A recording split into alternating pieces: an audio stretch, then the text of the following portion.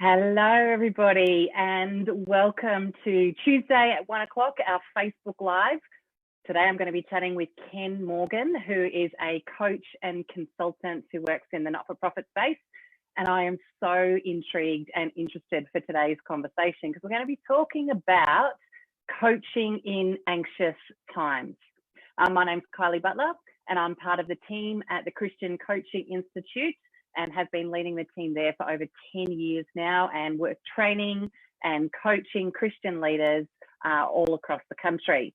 So welcome to you if you are on our Facebook Live, and welcome to Ken Morgan, who's going to join me right now. Here he comes. You know, it has been a bit of a different week this week. Ken, I feel like my emotional tank is so much fuller this week because I got to see my parents like in the flesh, and I actually got to spend some time with some beautiful friends and had dinner with them during the week. So, you know, I'm introverted, but even the introvert needs people. And I didn't realize how low my people tank was until I actually got, you know, in a room with some people that I hadn't seen, you know, special people in my work. But Ken, how about you this week? Have you had the chance to be able to catch up with some people? Yeah, much the same. So we had the big family gathering. We had two end on end, one for my side, one for my wife's side. They got to meet our new puppy because the Constitution says if we have a pandemic, you have to buy a puppy. It's the law. So we did, and the puppy was a big hit, and everybody's happy.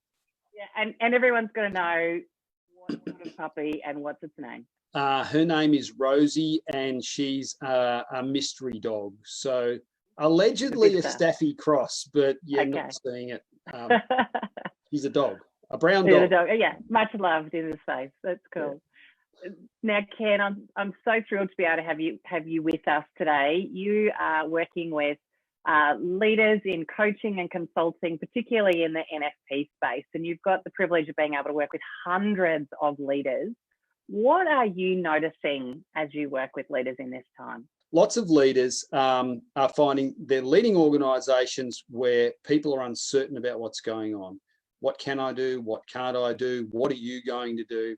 Uncertainty breeds anxiety. Anxiety breeds reactivity. And we see reactivity when people have disproportionate reactions. It's when you get the opposite, when it's like, yeah, this is not that big a deal, and people are going off their chops. How does a leader deal with it? So our encouragement as a coach is to encourage the leader to be curious about their people. What's going on for them? What other challenges are they facing? What do you know about them? So rather than just dealing with the content of their complaint or their upset or whatever, become curious. Helps you to be more neutral, and then helps you to have a more thoughtful and nuanced response and de-escalate the intensity. Otherwise, it becomes a game of poker. You know, I'll see your anxiety and I'll raise your anxiety.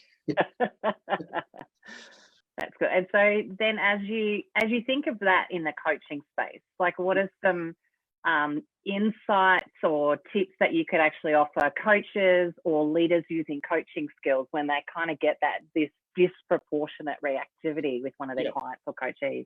Yeah, I'm using a lot of Bowen family systems theory in my coaching at the moment because it's designed to deal with anxiety. So what Bowen taught was there are four behaviors, just four behavioral patterns that you see when people are anxious.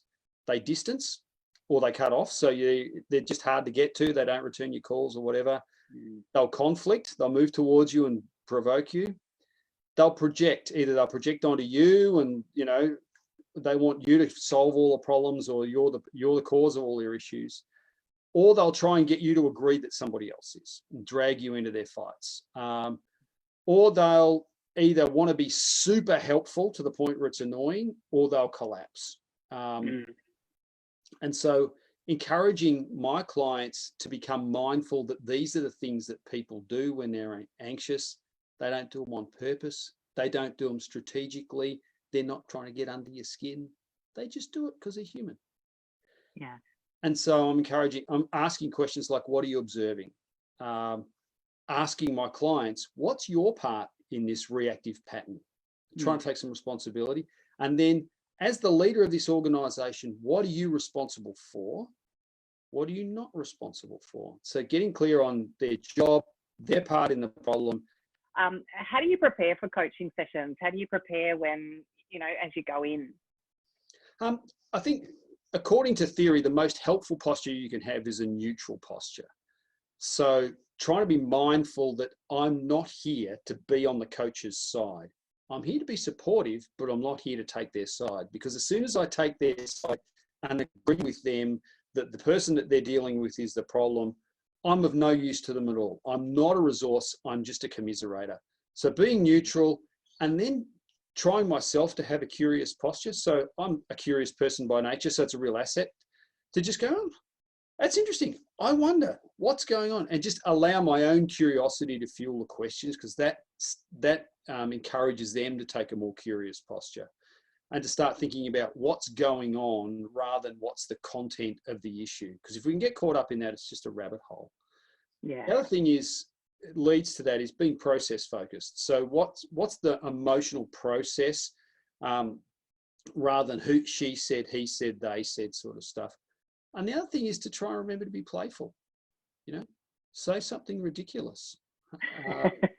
At times, it breaks the tension. The higher part of our brains is our playful part.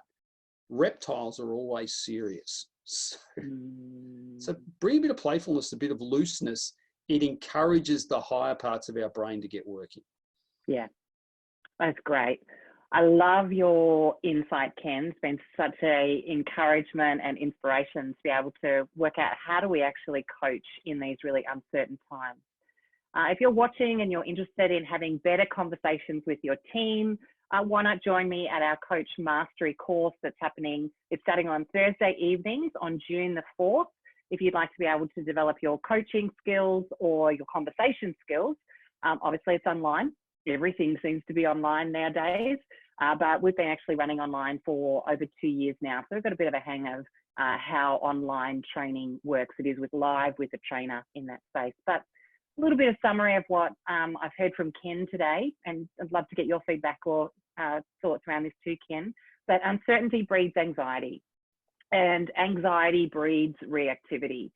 And this reactivity is kind of mostly instinctive. We don't necessarily think about it. It just comes out. Comes out in different ways of being distant. People might kind of, be in their conflict or try and bring you into their triangle. Or they might be under or over functioning, kind of doing so much for you or kind of not doing enough. But then actually, how do we work out what's their responsibility, what's our responsibility in this? And then some of the helpful kind of coaching postures is, how do we be neutral in the coaching space? How do we be curious? How do we be process focused? And how do we be playful? So any further thoughts before we finish off today, Ken? I think you kind of nailed it, Kylie. You listen really well. Good listening, hey? Thanks so much, Ken, for being with us today. We really appreciate it. It's been good to have you with us. For everybody else, we look forward to seeing you next Tuesday at 1 o'clock. Have a great day. Thanks, Kylie.